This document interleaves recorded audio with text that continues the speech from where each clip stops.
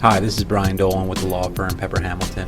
Each month, Pepper partner Greg Nowak hosts a webinar for West LegalEdcenter, which focuses on issues that are affecting private funds and their managers. You can download a copy of the PowerPoint slides that the presenters went through by visiting Pepper's Insight Center at www.pepperlaw.com, where this podcast is posted. Thank you. As many of you know, my name is Greg Nowak, and I am a partner in the financial services group at Pepper Hamilton. I also am the practice leader for hedge funds and other private investment strategies. One of the strategies that has always fascinated me has been the use of private placement life insurance as a means of smoothing out some adverse tax consequences, but also providing a valuable death benefit for those who participate in the program. Unlike general account insurance of an insurance company where you're relying on the Office of Investments of the insurance company to provide the return, using private placement life insurance allows you as the investor to invest in an investment strategy that gives you potentially much greater returns than you would get by investing in general account assets. So today we've assembled a distinguished panel of persons who work in the private placement life insurance space and have created a new way of providing this insurance that goes in excess of what have been deemed to be traditional limits. And so I'd like the members of the panel today to introduce themselves, and also by way of introduction to our audience, we are doing this remotely, where all of the members of the panel are calling in separately. So if there are some communication glitches, please bear with us.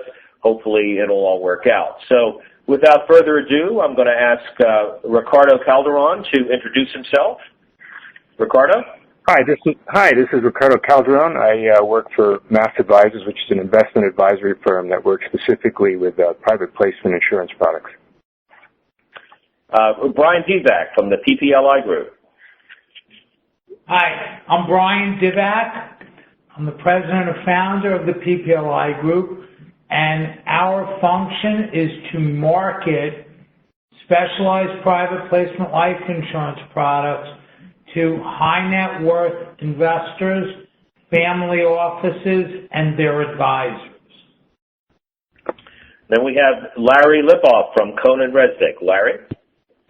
Hi, so CohnReznick's a national, to a certain extent, international CPA firm. I'm in the domestic and international trust and estates group, and some of my planning ideas and work with clients have involved private placement life insurance, and want to thank Pepper Hamilton and the other panelists for inviting me to join this program on the panel. And last but certainly not least is Robert Stuchiner. Robert? Hi, Robert Stuchiner from Synergy Life Brokerage Group. Synergy is a brokerage general agency, and what we do is we orchestrate the placement of the life insurance policy. So we arrange the underwriting, both financial and medical underwriting, so that the policy can be secured. We have arranged for policies as large as several $100 million under this new arrangement that you're going to hear about today. So the underwriting is a very active part of the formula. Okay, so for our audience, a few logistics. You should have the presentation materials on the website, and we will refer to the page numbers in the presentation materials during the course of the presentation so you know where we are. And also, if you have any questions, please use the question box on your webpage. We will all get the copies of the questions, and we'll answer them in due course as they are presented. So thank you for your attention, and without further ado, let's turn to slide number 2. What is private placement life insurance, or as we affectionately refer to it, PPLI? It's a specialized variable universal life insurance policy available only to accredited investors and qualified purchasers through a private placement offering. Now, there's a lot in that sentence, so let's unpack it a little bit. Accredited investors are defined under Regulation D of the 1933 Securities Act and essentially refers to natural persons who have at least $1 million of net worth or have $200,000 on their tax return for the last 2 years and are expected to have it this year, or on a joint return with the spouse $300,000 for the last 2 years and is expected to have it for the current year. A qualified purchaser, on the other hand, is a very interesting twist to this product. Qualified purchasers are defined under Section 2A51 of the Investment Company Act of 1940. Now, the Investment Company Act is the statute that governs mutual funds and closed-end registered investment products. But there's also a whole host of sections in the Investment Company Act that are specifically addressed to avoiding registration as a mutual fund. And if you're familiar with variable annuity policies that wrap mutual funds so that you are buying a variable annuity product, those are, by a Supreme Court case decided back in the 1950s, considered investment companies. The insurance company itself is considered an investment company, and the product that they sell is considered a mutual fund. So if you have a 403B plan or some other form of private placement variable annuity product, you get a prospectus. And that prospectus refers to the variable annuity as if it's an investment company. And that's why. What we're talking about today is not that. We're not talking about using registered product or registered variable annuity or registered variable universal life. We're talking about using the private placement versions of that. So it goes without saying that if you start with a registered product that's registered under the 40 Act, if you're going to do a private placement product, you have to fit within one of the exceptions that's available under the 40 Act in order to avoid registration. And those exceptions are no different than the exceptions that you have for hedge funds and private equity funds, namely Section 3C1 and 3C7. Because of the very sophisticated nature of these products and the fact that they're not limited to 100-person investors, the products are designed for so-called qualified purchasers, which is the highest level of accreditation in the investment universe, and it means natural persons who have $5 million of net worth, not including the equity in their home. And, of course, if the equity in their home is negative, meaning the house is underwater, that negative equity counts to reduce your net worth and potentially could take you below the $5 million. So we're talking about products that are designed for the ultra-high net worth market, the so-called qualified purchasers. They rely on exemptions from the 1933 Act because they are private placements, meaning they have to fit within Regulation D, and they are exempt from registration under the 40 Act because they are considered to be private funds under 3C7, which means every holder of the private fund needs to be a qualified purchaser. So that's the legal framework that we're working with. You have to think of this as a insurance wrapper around a private fund that's dedicated for high net worth, ultra high net worth individuals, so-called qualified purchasers. Now, these things have been around since the early 1980s when Congress passed Section 17H of the Internal Revenue Code, and then the IRS came out with regulations that attempted to fill in how all of this stuff works. It has been roughly 35 years since those regulations were adopted. There have been some tweaks along the way, but essentially the big issue that you have to worry about in PPLI is what's called avoiding investor control. If it is deemed that the investor is controlling the underlying investment manager, that will vitiate the entire tax benefit of the structure. And so all of these structures are designed to prevent investors from, quote-unquote, controlling their investment manager. And you'll see in the documentation that there's often embargoes Information can flow one way only, from the investment manager to the investor, but the investor cannot communicate with or direct the investments that are underlying it. So everything is in the choice of the investment and in the initial structuring, because these are truly fire-and-forget products unless you're going to do what's called a 1035 exchange out of the product into something different. So PPLI for ultra-high net worth individuals, no investor control, but they offer all of the same tax advantages and wealth accumulation potential of traditional permanent life insurance products, but with higher possible returns from a wider array of investment options. That's the investment proposition that we're going to tease out for the next 50 minutes or so. How does it work? Why does it work? What does it mean for you? And where is really the opportunity for investment managers to perhaps use this as another distribution channel, and for high net worth individuals to potentially use this as a way to do a different type of estate planning. So, Brian, tell us a little bit more about what's good about PPLI and how it works with the traditional estate plan that we'll see put in place for certain investors. So PPLI's been around 30 plus years, and its primary function for many years was just to build this insurance wrapper for the purpose of growing assets in a tax-free environment. It was always transparent as to the cost and structure.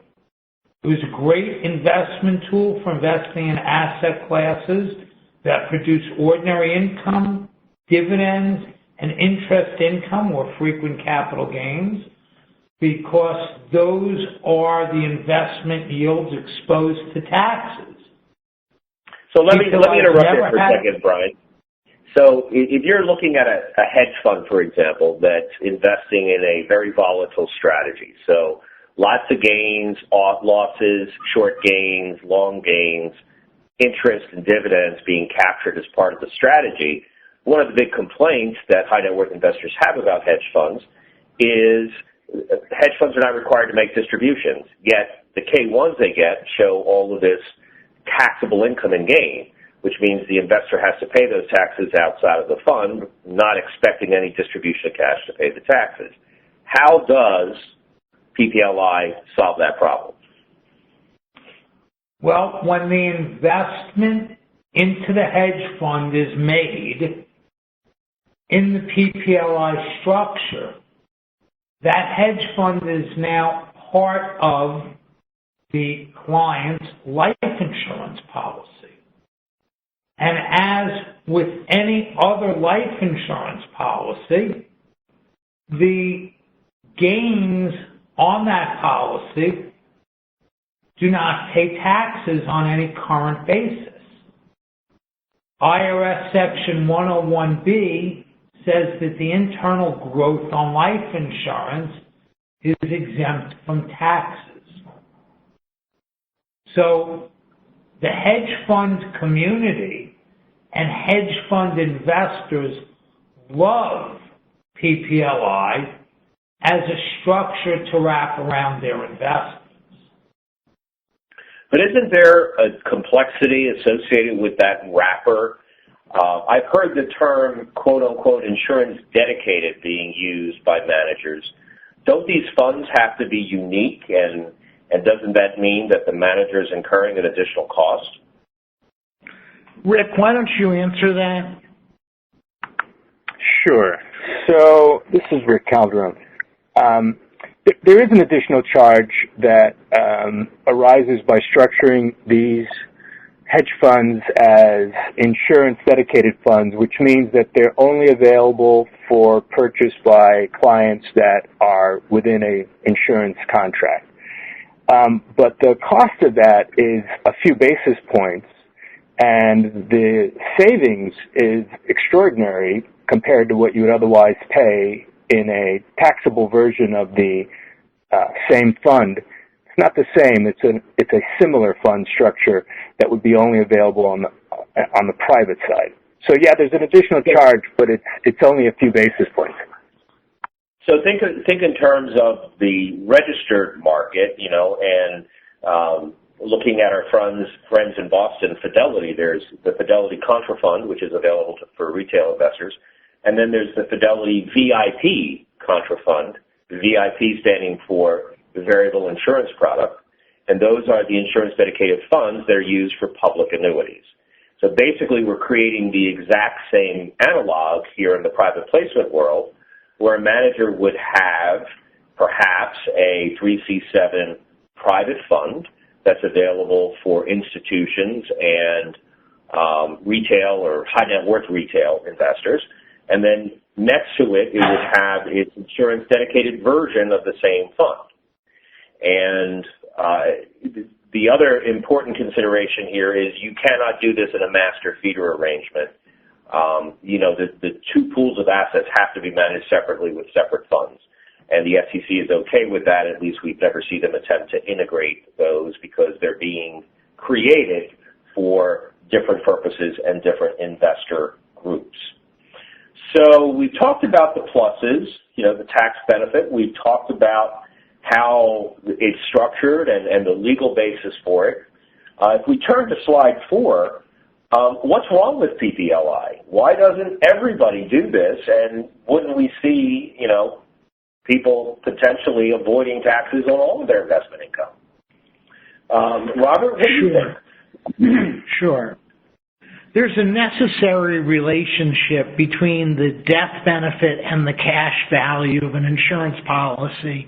There has to be a death benefit that is a multiple of the cash value, which introduces a cost for the tax wrapper.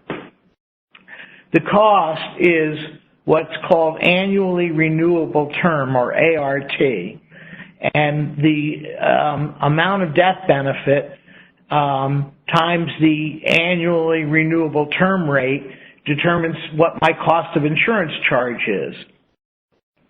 Those insurance charges get to be very high as I get older. And when I pass through my 70s and into my 80s, the curve at which the cost of insurance charges plot out becomes very much vertical and it rises very quickly. So what I need to do in order to maintain a good build-up rate on my assets is I need to minimize the amount of death benefit that I carry. And so what I do is I discharge death benefit and over time get rid of as much death benefit as the code allows me to.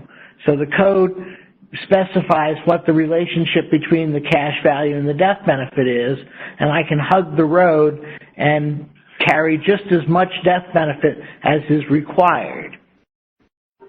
The problem with that is that I may value the death benefit. I may need or want it for paying estate taxes or inheritance equalization or for business succession planning. And so heretofore, there hasn't been a good way to carry a large death benefit in a private placement life insurance policy because the cost of insurance charges have become prohibitive. So let's talk about that for a moment. Let's talk about that for a moment.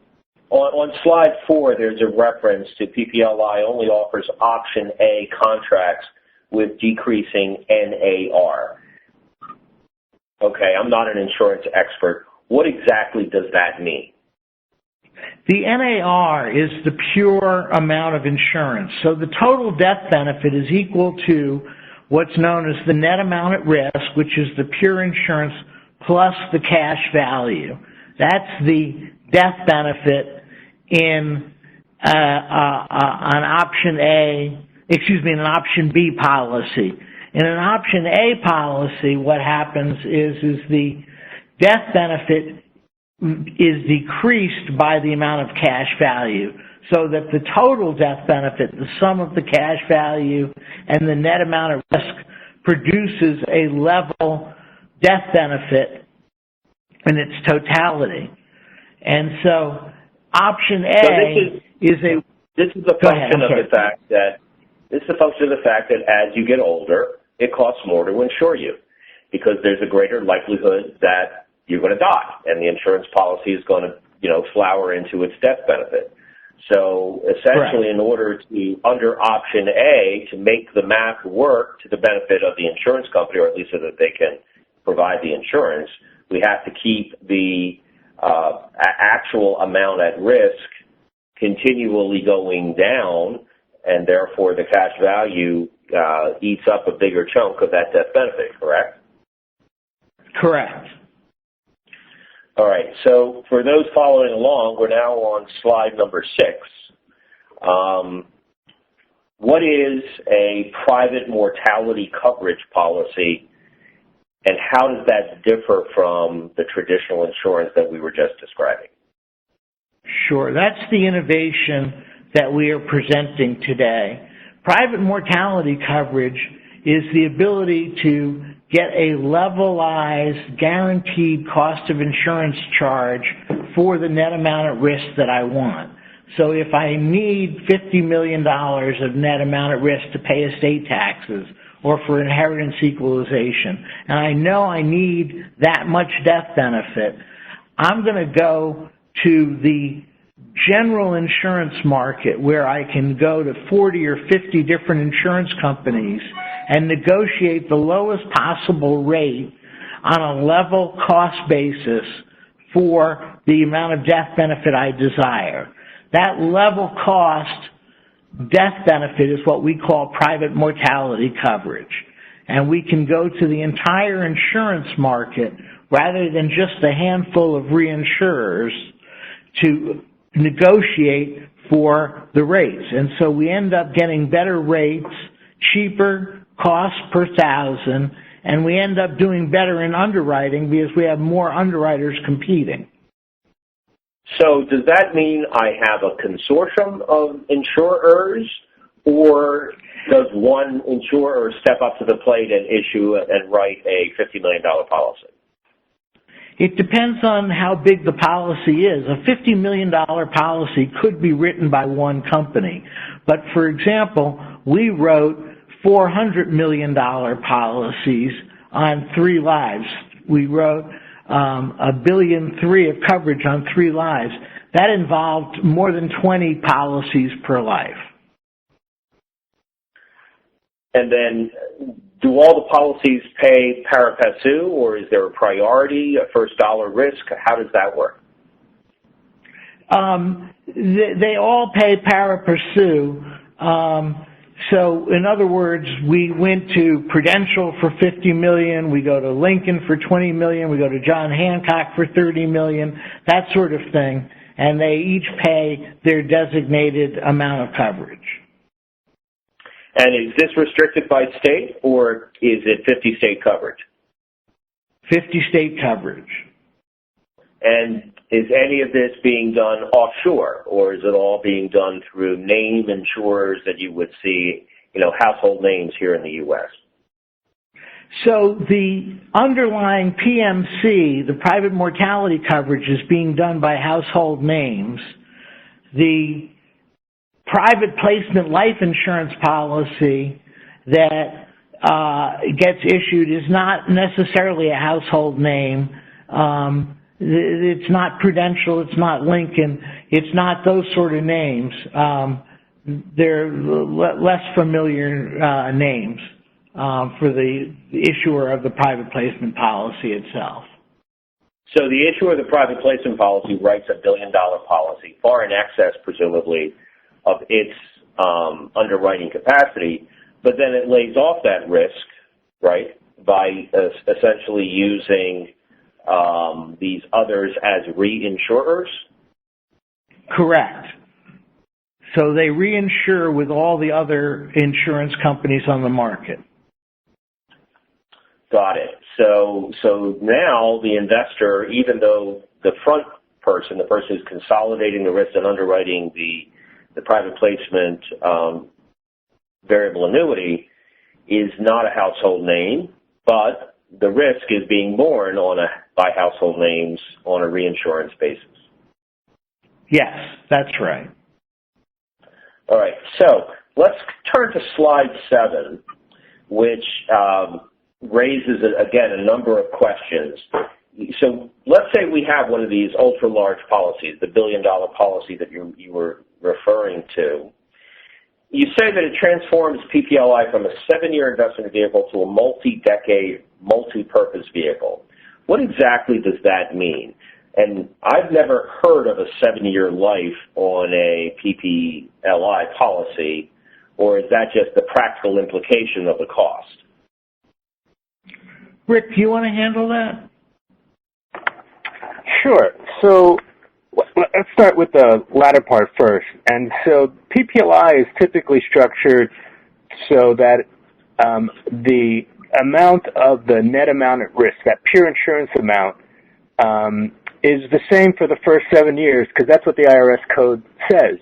But then after year 7, it drops the amount of the net amount at risk, making it really an investment-centric product. But this structure doesn't do that. It keeps the specified death benefit for all the reasons that Robert Stuchiner mentioned before, estate planning, tax equalization, business continuity. And so with a specified death benefit, it doesn't go down. It stays high. And so that allows clients to do something that they were not able to do with the prior PPLI structure. Namely, they can count on having a defined death benefit at various points in time without worrying whether or not it's going to be there. The other thing that it allows you to do is to continue to bring in what we call deposit rights, which is really you can continue to make premium payments.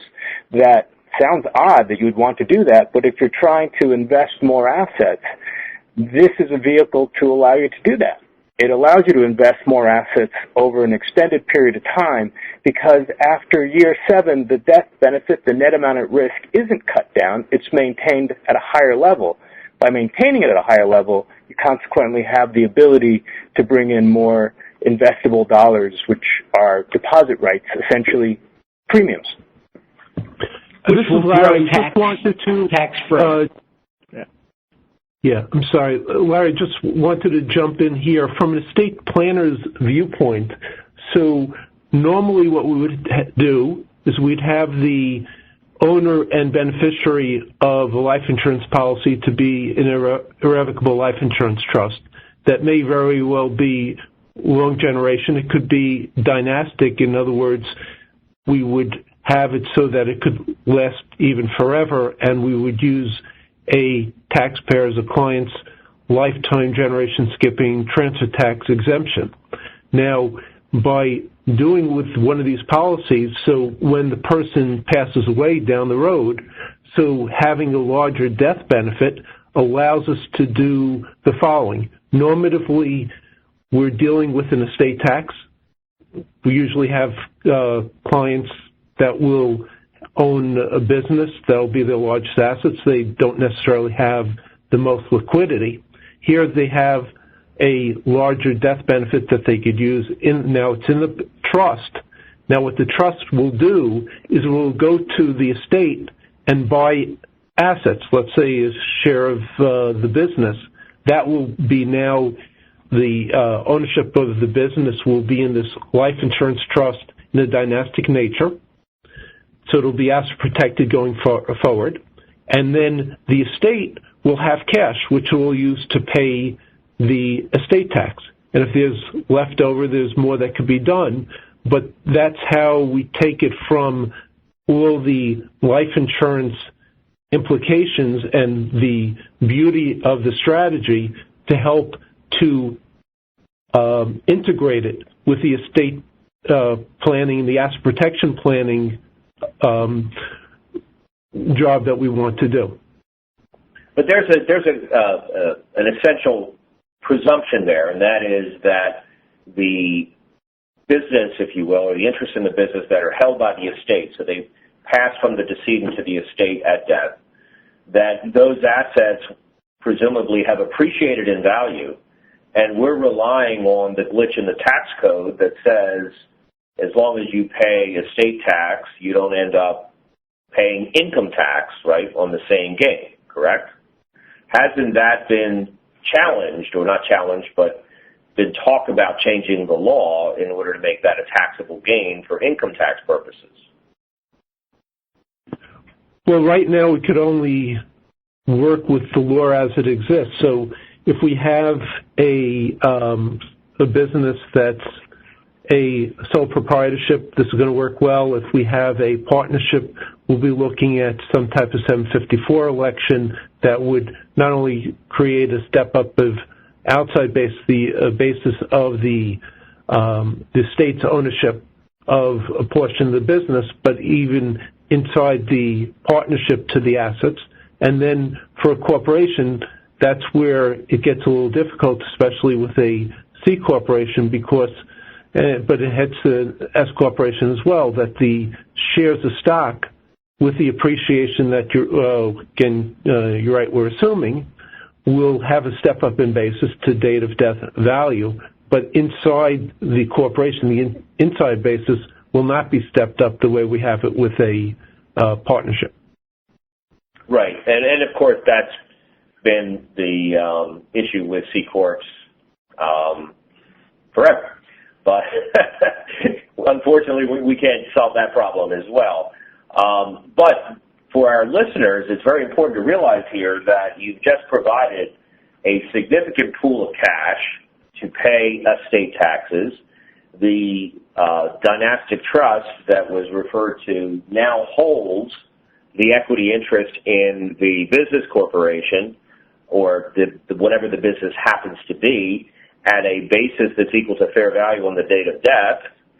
We've avoided that income tax. We paid the estate tax, and so the business continues uninterrupted without any change of control, other than that now it's being run by the trustees of the trust. Not a bad way to transition a closely held business on an estate tax-free basis, where you've paid the estate taxes with cash from the insurance policies. Slide number 7 refers to a non-MEC or MEC. What exactly does that mean? Sure. A MEC is a modified endowment contract, and basically refers to an investment-centric life insurance policy where the premium has crossed a certain threshold that makes it considered an investment contract as opposed to a life insurance contract. If a policy is considered a modified endowment, it loses some of the tax benefits of life insurance. It retains the majority and most important benefits, which is the tax-free inside build-up and the tax-free death benefit. But what you lose is the tax-free access to cash values while you're alive. It's no longer a basis out first taxation. It's earnings out first is the taxation if you take a withdrawal from a modified endowment contract. And this one other item on a modified endowment contract that makes it sometimes unattractive is that you can't pledge that for collateral for an outside loan if you wish to do that, which you commonly do with what you call a non-MEC structure, which is probably what you're going to ask about next. Right. So explain that to me. What is? You anticipated the question. Robert, do you want to do that? Why do you handle? No, Rick, go ahead. You do it. So a non-MEC structure is one that complies with the IRS guidelines with respect to how much premium can be brought into a policy. And there's a relationship between the amount of premiums that you bring in and the stated amount of pure insurance risk that you must carry. And these contracts, all the ones that we're talking about in this presentation, are all ones that comply with the IRS code with respect to that relationship that you need to maintain between the amount of premiums that you're contributing, which in later years become investable dollars, and the amount of pure risk that you have to bring in. But if you do that, and if you have that structure, well, then you have access, lifetime access to your insurance proceeds, either by taking a withdrawal of basis, which is tax-free, or you can access your assets through loans, which are essentially loans from yourself, and correspondingly the cost of that is about 40, 50, 60 basis points among various companies. So it's an extraordinarily efficient way of doing that. Now, at the bottom of slide 7, there's a reference to the lifetime tax-efficient investing with a 100 basis point drag, roughly 1%. Is that 1% of the initial amount contributed, or is that 1% per year? What exactly are we talking about in terms of the costs for maintaining these structures? Yeah, it's definitely well worth mentioning that these are low-load, institutionally priced policies. They don't have back-end charges. The front loads are de minimis. The premium tax is de minimis. And so these are low-load structures. The total effect of the cost of insurance plus the premium loads over the life of the policy adds up to about 100 basis points per year is what the cost of the tax wrapper is. So rather than paying taxes, you pay 100 basis points and you avoid taxes. 100 basis points per year? Correct, per year. Okay. All right, so moving ahead, slide number 8. In contradistinction to option A, what are option B death benefits? Robert? Sure. An option B death benefit is where the net amount at risk remains level, and as the cash value grows, the total death benefit grows. That's the structure of choice for what we're proposing, are level net amount at risk or increasing death benefits. And then on slide 9, we're showing that the total premium for a guaranteed universal life policy versus a PPL facultative cost of insurance rates for a male, 60 years old, super preferred, 20 million face, 13 million versus 84 million. How does that work? Sure. The cost of providing death benefit is a discrete charge each year as you get older. Unless you build reserves, those charges will exceed the death benefit because there's the risk of dying each year. And so that risk cumulatively exceeds the total death benefit when you look at it on a year-by-year basis. So it's when you build reserves or when you levelize your premium is when your total premium is less than your death benefit. So by levelizing the premium, we can bring the total cost of carrying 20 million of death benefit down to 13 million. Wow, that's a tremendous benefit for a $20 million policy. You're actually getting a death benefit, which obviously in the traditional structure you would be paying for many times over. So turning to slide number 10, there are significant tax advantages. We've touched on a few of them. Let's go through in a more orderly approach here. Same as other life insurance products, the tax-deferred inside buildup. Now, that doesn't mean that the tax is avoided forever, or does it? The tax is avoided. Okay, go ahead, Larry. Sure.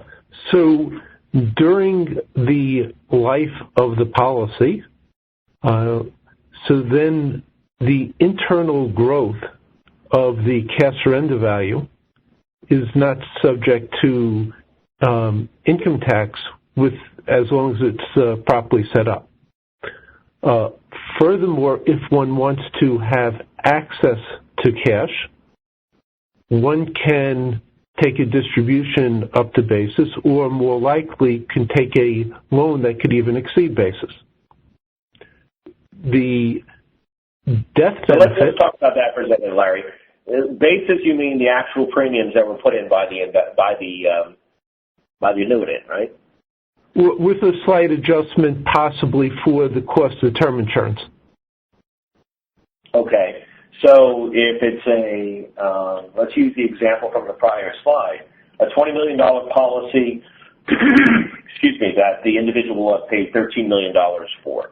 So the 13 would be the basis, the 20 would be the value. So I can borrow the $13 million that I've put in, and under certain circumstances more than that? Correct. We need Robert's input of per carrier of how much of the cash rent value can be borrowed under that given carrier's structure. But one can borrow in excess of one's basis. And since you're not taking actual distribution, that would not trigger an income tax. So since I borrowed against the policy, I have to pay the insurer interest, do I not, for the borrowing? That is true, and essentially, I'm borrowing from my own cash values, so I'm paying interest to myself because I'm borrowing my own cash values. So I'm paying interest to myself, obviously using after-tax dollars to make those interest payments, but that interest that gets paid goes into my separately managed account, or not, I'm sorry, not separately managed account, my segregated account? Yes.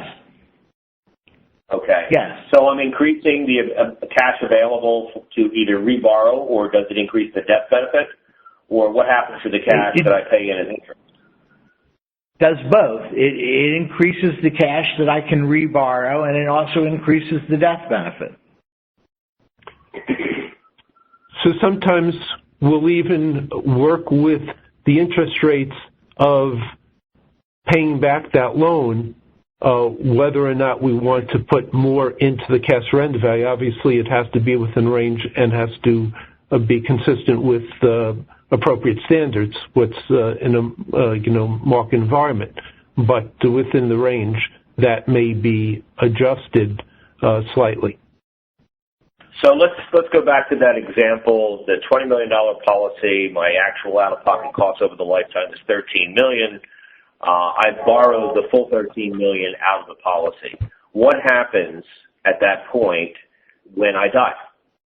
Does the $13 million get subject to tax, or is it simply a reduction in the death benefit from the policy? It's basically going to be a reduction in the death benefit to the policy, but it's really done in a bookkeeping manner so that the death benefit actually comes out after the adjustment, and if the death benefit would be 20 and you've borrowed 13, so you'll wind up receiving 7 in cash, and there will not be an income tax. So in effect, I've gotten a $7 million insurance benefit, and I haven't paid anything for it. Well, you received 7, and before you had borrowed 13, so that's your $20 million, and there's no income tax. It would be no different if you did not borrow and you had a death benefit of $20 million and it comes out. Now, all this assumes that there wasn't anything like a transfer value. Let's assume that the original purchaser is the owner. Usually, an irrevocable life insurance trust was set up in the beginning, and it held it for the insured's life, and then the insured died, and the trust is receiving the money. the death benefit. Sure. All right. So let's we've got about 14 minutes before the end of the program. So I'd like to use this, if you will, as sort of a lightning round to go among the members of our panel here to address uses, value proposition, and the ideal case. Basically, the next 3 slides. So I want to start with Brian. Brian, in your experience, what's the best uses for the PMC type private placement variable life insurance policy? So PMC has changed the private placement landscape in 2 major ways. And those are our 2 most appropriate clients and the 2 that get most excited at the opportunity. Number 1 is the client with large amounts of money that they are investing in tax-inefficient vehicles, meaning investments that are generating taxable income. That client is excited by the large amounts of money they can deposit into the private placement with private mortality coverage, and in turn the large amount of money that can grow in the tax-free environment. The other client and the other tremendous use is the very wealthy investor or family that is looking for large amounts of death benefit. In my experience, I deal with brokers throughout the country, and when I've showed them our ability to obtain over $400 or $500 million in net amount at risk, it's been mind-boggling to them. And that's what the private mortality coverage does. It allows for the purchase of large amounts of pure death benefit, and it allows for it to be done in the private placement structure, so the previously taxable gains on their investment are now paying for that coverage. Now, it's possible for me to use pre-existing policies, right, in order to do this? You don't necessarily have to go out and buy new. Yeah, absolutely. You can use death benefit that you have now, and we can put that together as private mortality coverage to back a private placement life insurance policy. So you can recycle that coverage. Now, does it have to be whole life or can it be term? If it's term, it has to be convertible term. It has to be convertible to a permanent policy. So we need the permanent life insurance. That's the key. And yes. And if I have permanent insurance and I become uninsurable for whatever reason, obviously as we get older, things happen, I can recycle those earlier whole life policies, and through that I can mix and match with some other policies, right? New policies as necessary to reach the proper blend of death benefit and investment opportunity, right? Yep. There's a lot of flexibility with PMC that didn't exist before. The value proposition of all this. Rick and Larry, how do you see this changing the landscape for your clients and for others in the private placement insurance market? Rick? So what I see as the interesting benefit is that there's a large segment of the population that already desires and acquires permanent life insurance. This is so much more of an intelligent play, particularly in a low interest rate environment, using a product that allows you to access a wide range of investment options that continue to grow in not just quantity but quality is just a smarter way of acquiring permanent life insurance. This is Larry. Just on my end, number one, the amount of the size of the death benefit is really key. It just changed what was private placement life insurance as only an income tax play for the most part to a real estate planning play because of the large death benefit.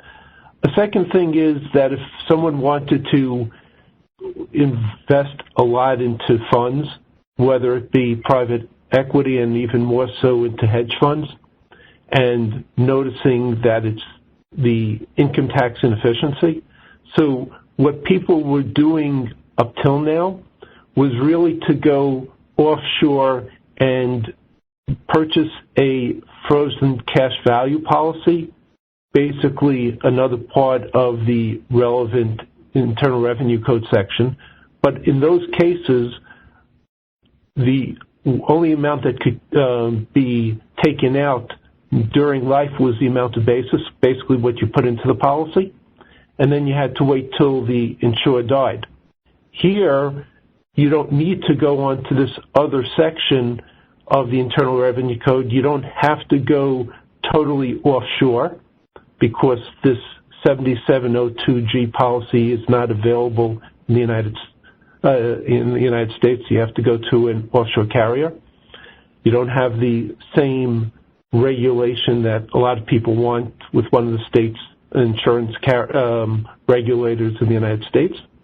And then you wind up being able to take money out that exceeds the amount that one put in. So if one put in $50 million and the investments go up to $200 million, now you could go up to whatever the amount will be, $150 million, and borrow it if you need to, instead of only being limited to the $50 million that you put in with the frozen cash value policies. It's a game changer. So let's talk a little bit more about the ideal case, right? Listed here on slide number 13, at least $5 million in premiums, insured seeking more than a $50 million in initial death benefit, insured facing death benefit capacity constraints, insured seeking guaranteed mortality charges and permanent insurance, seeking separate insured managed account, and seeking to access a broad range of IDFs. So let's unpack that a little bit. What's the magic of at least $5 million in premiums to be invested?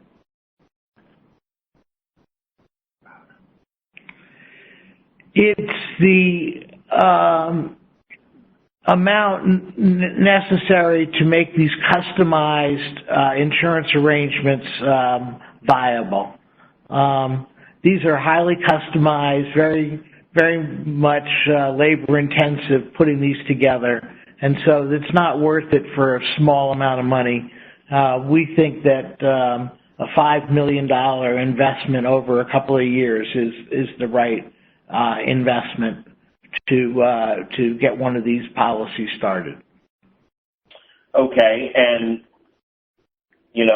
these are often written in the context of the proverbial 60-year-old male. But is there any magic to that? I mean, what if this were a 48-year-old female or a 42-year-old male who happens to have hit it big and now wants to provide essentially a lifetime insurance protection opportunity for his family? How does it work if someone is younger and what are the costs associated with it? Obviously, insurance costs are lower when you're younger, but you're now insuring for a longer period of time. The costs are lower, and so for any given amount of premium, it buys more death benefit and provides more cash value. So the cash value and the death benefits are improved by insuring younger people.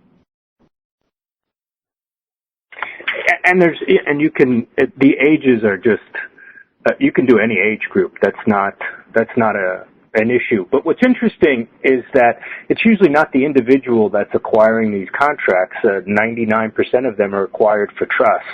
And so a lot of these are acquired by a trustee, and they are insuring from a pool of insureds that are available to them, certainly the grantor or grantors, but also the beneficiaries of that trust, which tend to be younger. So it's a broader range of insureds that are available to you. It depends on what you're trying to solve for at the trust level.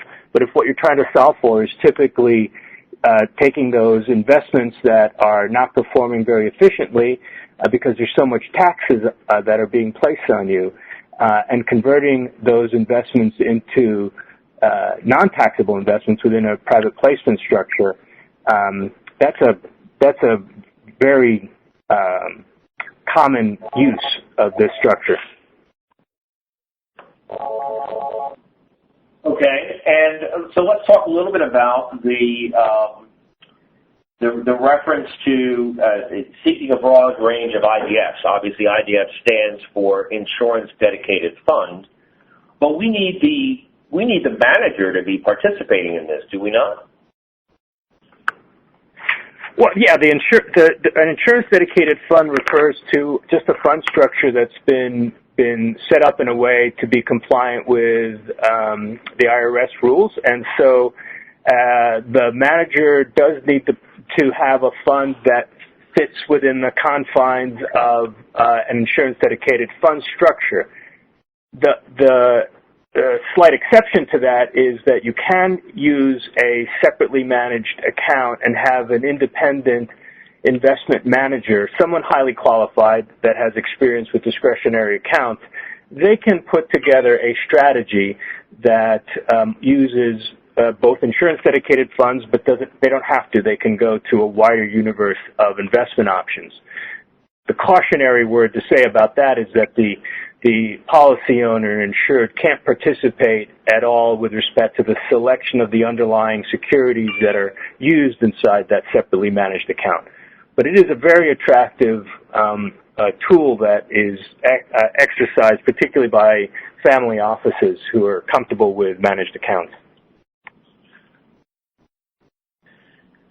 All right, so again, let's go back to the lightning round.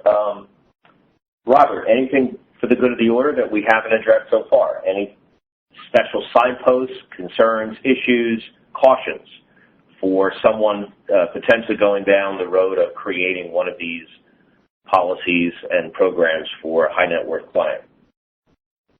No, I think the flexibility that we've introduced with private mortality coverage makes the planning a little more complicated because there are more solutions that can be hit with this product today than heretofore.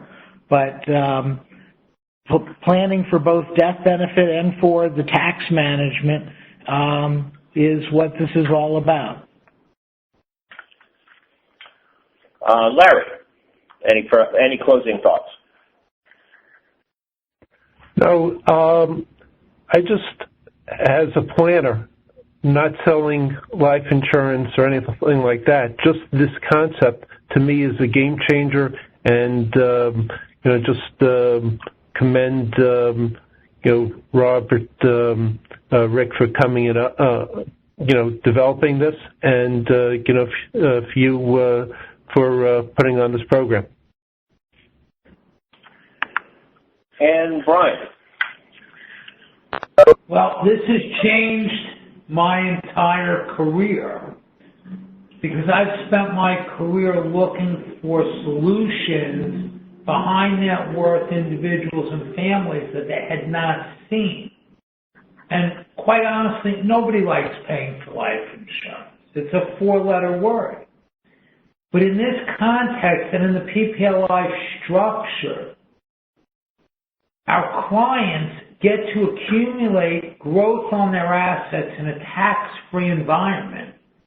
And rather than paying very confiscatory income taxes, they get to use a small portion of the growth on that money to pay fees and insurance premiums, growing their assets and growing the estate that their children will inherit.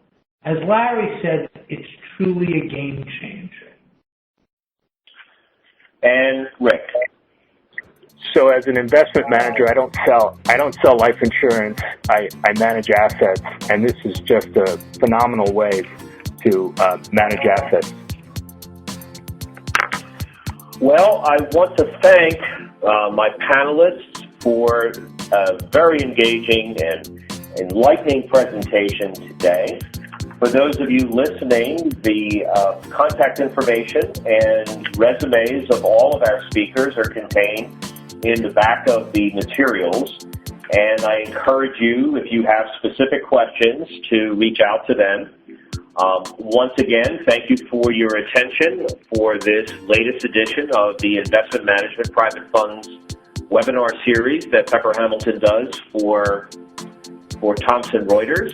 My name again is Gregory Nowak, and we look forward to having you participate in another one of our webinars in the future. Have a good day, everyone. Thank you, everyone.